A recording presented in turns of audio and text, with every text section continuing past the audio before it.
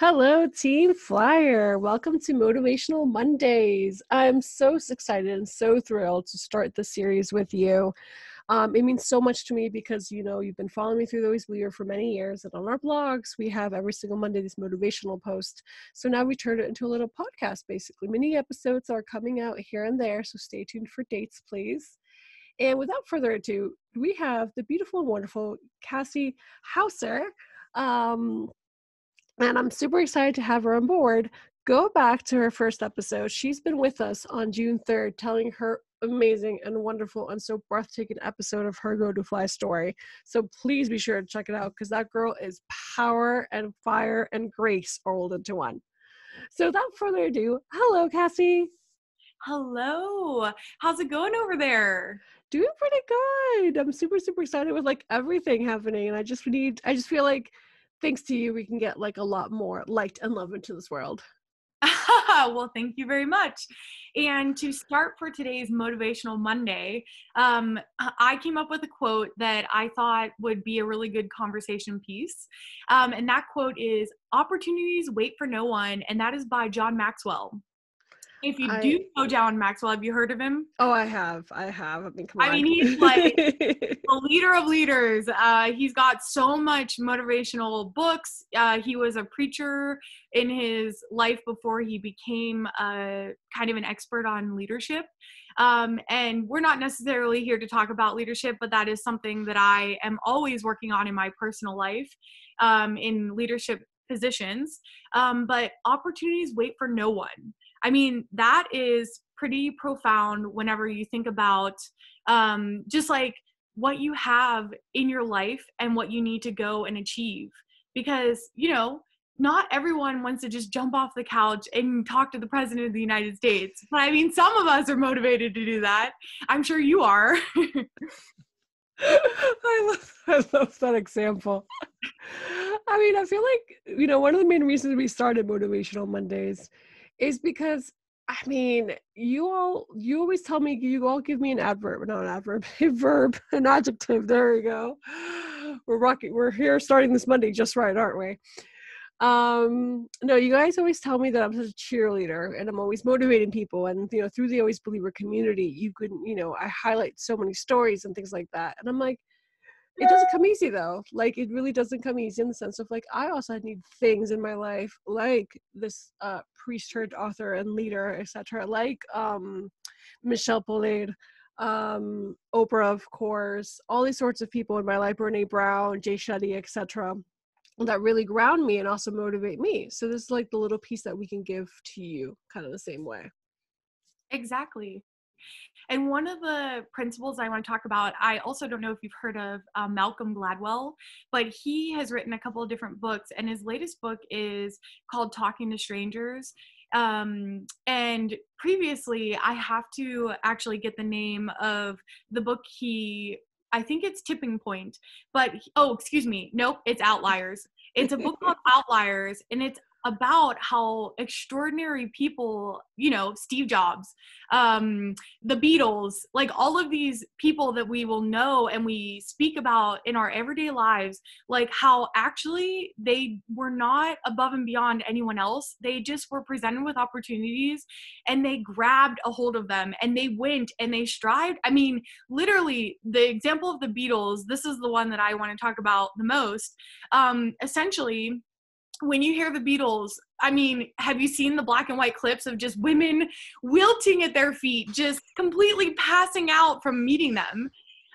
Their start was not at that level, as none of our starts are. I mean, I'm sitting in a basement right now and I don't mind it.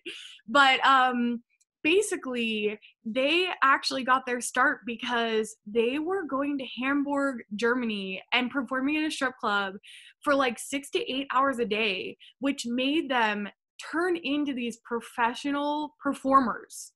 And they did this for 4 years. This was just not, a couple of times. They labored and they had to deal with people yelling at them in the beginning because they were absolutely terrible stage performers. And then basically, like, over that time period, they just kept coming back because it was hard. It was, they had to catch people's attention. It was at a strip club. They were competing with strippers, um, until they started gaining this following. And then it was like when they came back to America, they were just at their top peak performance. They were ready to just get out there and do it. And yeah, like, it's just to say that there's opportunity everywhere, and if it's given to you, you have to go do it, because even the greatest people are not born into greatness. They have to come through a lot of circumstances themselves to reach new heights, If I didn't love you before, I definitely love you now, because mentioning the Beatles for me is a total win. I love the Beatles. I know every single song ever since I was little. I went to Liverpool and cried. I'm one of those. And I knew the, believe me, like I got so emotional. And I knew the backstory, and I love that you mentioned them, or mentioned a story like this one, because what people don't understand is that, you see them, famous and big on stage. I'm like, no, a lot of hard work goes behind that, and behind the fact that, um, what I always say, basically, don't compare your day 1 to somebody else's day's 5,000, or even then some. Like, don't compare your day 5,000 to somebody's day 10,000, because there's a lot of hard work, determination, and consistency behind that, including stuff like, who knew? Like, I'm sure a lot of people now, I'm like, oh my God, the Beatles like worked in a strip club 4 years. I'm like, yes, they worked on their skill to be who they were, and well, who they still are living, basically. But yeah, you know what I mean. Yeah, absolutely.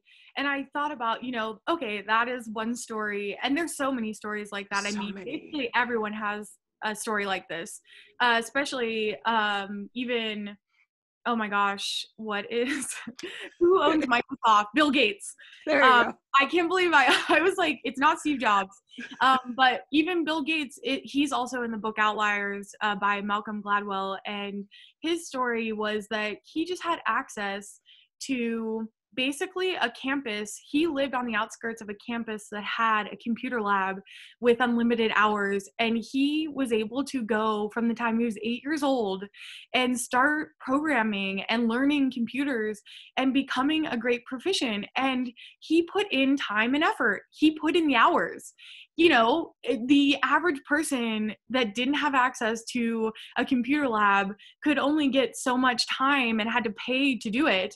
And he had access to like tens of thousands of hours over this time period where not all these people had that opportunity. So when he, came into college and graduated college, he had the skills because he had the opportunities over other people.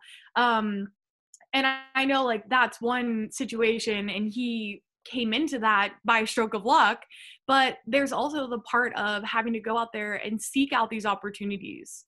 What are you trying to do in your life? Exactly. Because, like, for example, I always love the quote or the mythology of like, oh, when a window closes, a door opens, or however that quote goes. I can't remember right now. And I'm like, okay, that's great, because the right door is always going to open, and the ones who aren't open for you aren't meant for you. However, that aside for a quick second, you got to build your own doors. I mean, much like you stated that you're in your basement, everyone knows. If you see my IGTVs, if you see my YouTube, you see I'm very visual. I'm like at the edge of my bed. Literally, I set up shop, and here I am, not only, creating a whole new lifestyle brand on my own and then some, but also because like I created this opportunity for myself. And I feel like that's something that you need some sort of skill to make sure you get there, and make sure you believe in yourself. And I mean, believing in yourself, it's the underlining thing with like everything when we talk about motivation, of course, because that's where you start. And I feel like it's the first thing you definitely have to be like working on. And I'm sure like what you were like the examples you were saying, Bill Gates and Steve Jobs, at some point of life they felt like giving up right at the beginning, especially probably because they're like, I don't know if this is going to work. I don't know, like, well, I don't know anything about technology in that kind of way, obviously. So, but whatever it is that they were working on, creating Apple, creating Microsoft, I'm sure there's plenty of times that they didn't know what they were doing, but they just kept believing, kept consistently, doing something, creating it as well. And from my personal perspective, I was in my senior year of college back in 2009, and I was not sure what I was going to do next, but I had it in my head that I was going to sign up for officer candidate school in the United States Navy and go through the boot camp with Marines and then come out as a commissioned officer. Do you want to know how many people were like, okay, like, come off it. You're just not cut out for that stuff. It's just better to kind of get your degree and go on to the next thing and try to get a job. And I thought, you know what? No, I want to see if I can do this. I want to see if I can conquer my mind and, get out there and just give it my best effort. And so I actively sought out going to get a commission in the Navy, and I did receive it. And guess what? I didn't even get rolled out of my class, which everyone definitely thought I would.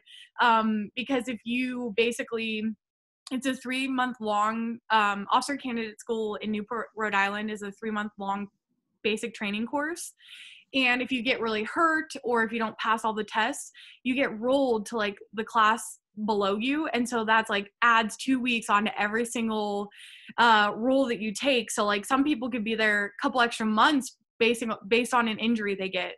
And when we started, there was 50 people total. We graduated with 26 people, and there were 11 women, and there was 3 of us at the end.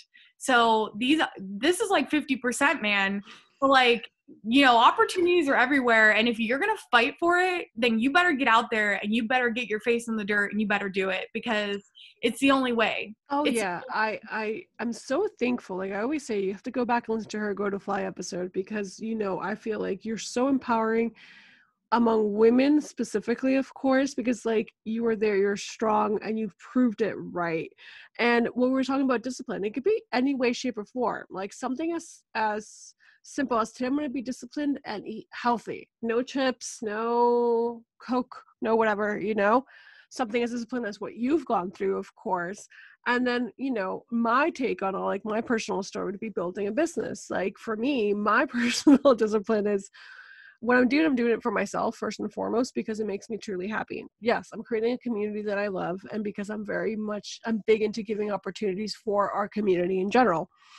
But for you, just what you see or listen, anywhere, shape, or form, that's IDF, not only if it's Latina Project or it's, the Always Believer Project or whatever it is, it's discipline. I wake up every day at 5. I make sure I'm at work at 6. I put my hours in. I work weekends.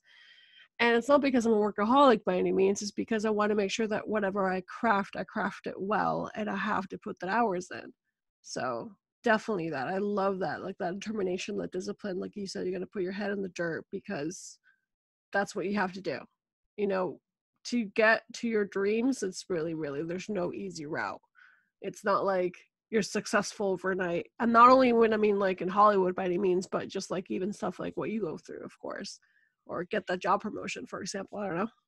Well, absolutely. And the people who do come across opportunities where they can have this opportunity to go do something great, they still had to put in the time, the effort, the hours, great proficients, they always say that they didn't put in any fewer than 10,000 plus hours to get where they are today.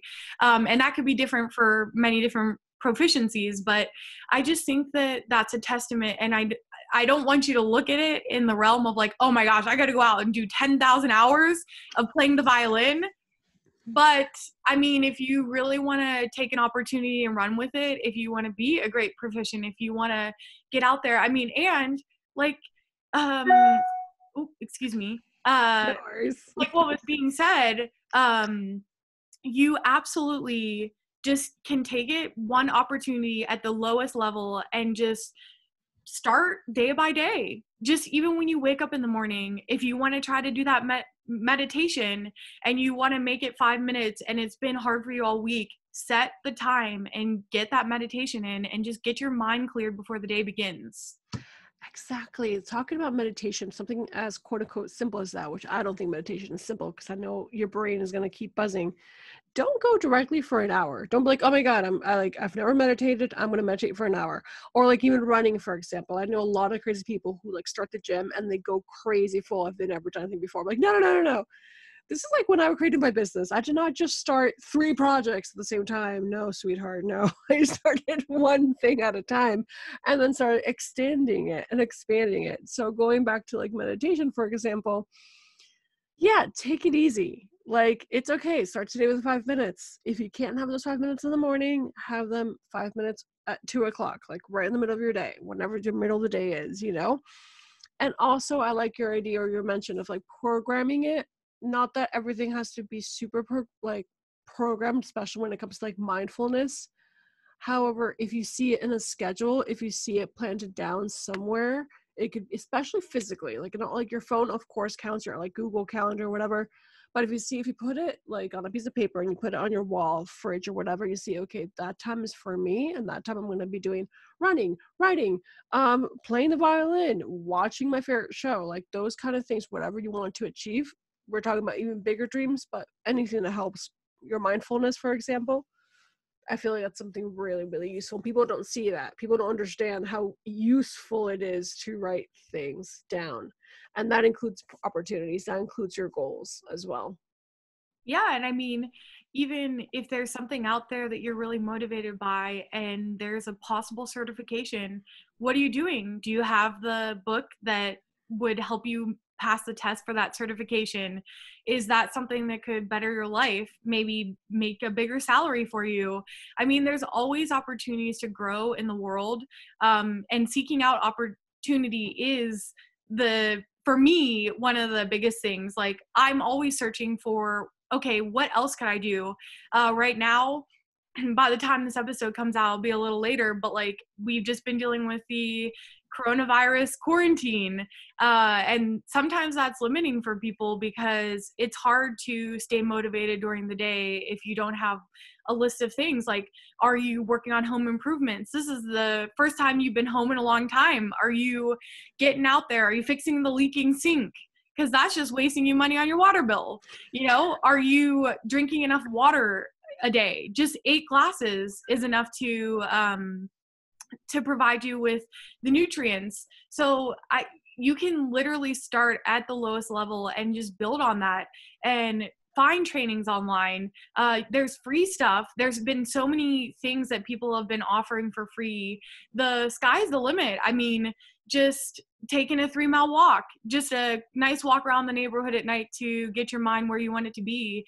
I just think that there is so many things that you could focus on, that you could get a routine doing, and yeah, until the big opportunity comes. And if you're ever given that option, if there is an opportunity out there that is kind of passed by you, you better go for it. You got to. Even at the expense of failing, you must go and you must try as hard as you can, because that's all we can do in life, you know? I completely agree 110%. Just go for it. Just try and keep believing in yourself. And if you fall, it's okay. We all fall. We fall constantly. And one of my favorite quotes from actually Rosanna Berger from Mama Bee, that she was in our podcast in May, she said, I have more bad days than good days, and people don't see that, and people need to start seeing that, because even though we're here high and mighty, we're still human beings. It's gonna be okay. Just because you see us on a podcast, in a book, or on TV or whatever, that doesn't mean anything. We're still human beings, so it's okay to fall, and just kind of keep that same opportunity mindset of like, where else can I win? What else can I learn? I feel like it's something super important as well, as you were saying. I'm also always finding, not only through the COVID-19, and there's a lot of free courses, like you said, I think even beyond COVID-19, there's always been free courses. You just have to know when to look for them, and not where to look for them, because they are out there, and there are ways that for you to, better your life. And start there. You start within, essentially, and then opportunities will come. And it could show up something like you were saying, something as small as today you ran a mile, and tomorrow or in a week's time you're running 2 miles, and so on and so forth. That's an opportunity itself. That means you're stronger, healthier, and better than you were 2 weeks ago. So Yeah. Can you please remind us of the quote once more, please? Yes. Opportunity waits for no one by John Maxwell. Exactly. So we want to know your take. When was the last time you took an opportunity? When's the last time you took a chance? What do you want to take a chance on? Please let us know in the comments down below where or what the sentence means to you, because opportunity doesn't wait for anyone or no one in this particular, his words exactly, of course. Just take it, just go for it, take the leap, start today, whatever little thing that you can think of, like drinking eight glasses of water, because it's super important. Just start. Anything more you want to add, sweetheart? That is the first Motivational Monday. So, and we're going to be back, and I can't wait to just talk to you guys. And you're always free to reach out to me, ask me questions. I have had opportunities, I have endured failures, and I'm getting back up every day, you know, and it's not always an easy road, but I'm here fighting the good fight, and I'm not giving up. So please just reach out to me. I got a lot more to say. Definitely she does. You know us here at The Always Believer, we're always going to highlight and spotlight people who think like us and who are aligned with our, thoughts, essentially, with our way of looking at life and living life. And you're definitely one of them. I'm super excited to have you along through this nice ride of Motivational Mondays, because I feel like if there's anything that we can help you in any way, shape, or form, our door is always open, and that's what we're here for. So keep tuning in for Mondays. The schedule's definitely always on social media, as always. You can find us everywhere through The Always Believer, of course. So like on Instagram and Facebook, we have a free community as well that we're always there hanging out. Twitter and Pinterest and whatnot. Check out my new project, of course, my Please, lifestyle brand. get over there right now. Get on there. Exactly. I'm super excited, super proud of showing you and presenting you with a lifestyle brand called the Latina Company. We're starting with a podcast, but head on over. I'll also link it down below, as always. And it goes for Latinx community and beyond. So definitely everyone's welcome. It's an all-inclusive community. And we just have so much goodies. So thank you very much for listening. I'm super excited to have you on board, darling. And here's to the next one. Here's to the next one. See you guys then. Bye.